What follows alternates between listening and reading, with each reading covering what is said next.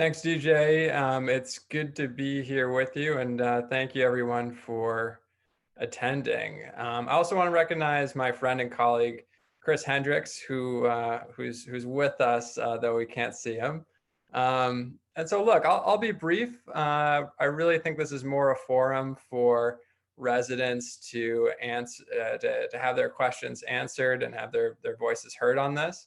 Um, but look, there's no question we're in the midst of a climate crisis that is impacting all of our lives, and particularly our lives on the Cape and Islands and in Falmouth, where we're very vulnerable to its effects. And as a millennial, there's no issue that will impact my generation and my children's generation more than that of global warming. And the science is abundantly clear that we need to get to net zero emissions by 2050 or sooner if we want to avoid an economic, health, and an environmental catastrophe. But you don't have to hear that from me. We are very fortunate to have world-renowned institutions right here in Falmouth with local scientists doing the work in the field of climate science. And in Massachusetts, we do listen and care about what our scientists say. And to reduce our carbon emissions, to get a handle on this crisis, we need a heavy investment in clean energy. And while solar is terrific, I love solar power, very much support it. I don't have to tell Falmouth locals who just got through a month of the sun setting at 4 o'clock that it's not very sunny here. But we do have wind. We have a lot of it.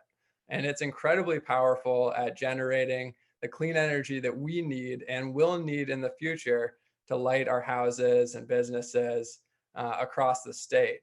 And offshore wind is really our surest path to a clean energy future. Back in 2016, the legislature passed, at the time, what was nation-leading legislation calling for the first utility-scale offshore wind farm in the country. And all of these wind projects they have to be at least 10 miles offshore, and these are going, the closest one I believe is 12 miles from the Vineyard, which is in our, right south of our district.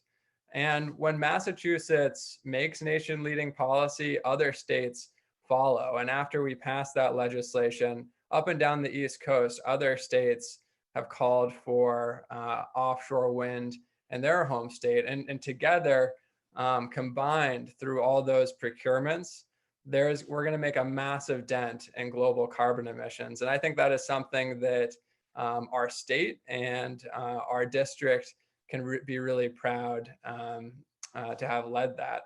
But we also need to make sure that with any new energy project, these projects are done right, that they're done thoughtfully and respectfully and have local community support. And so that's why I think this forum is so important to get those questions answered.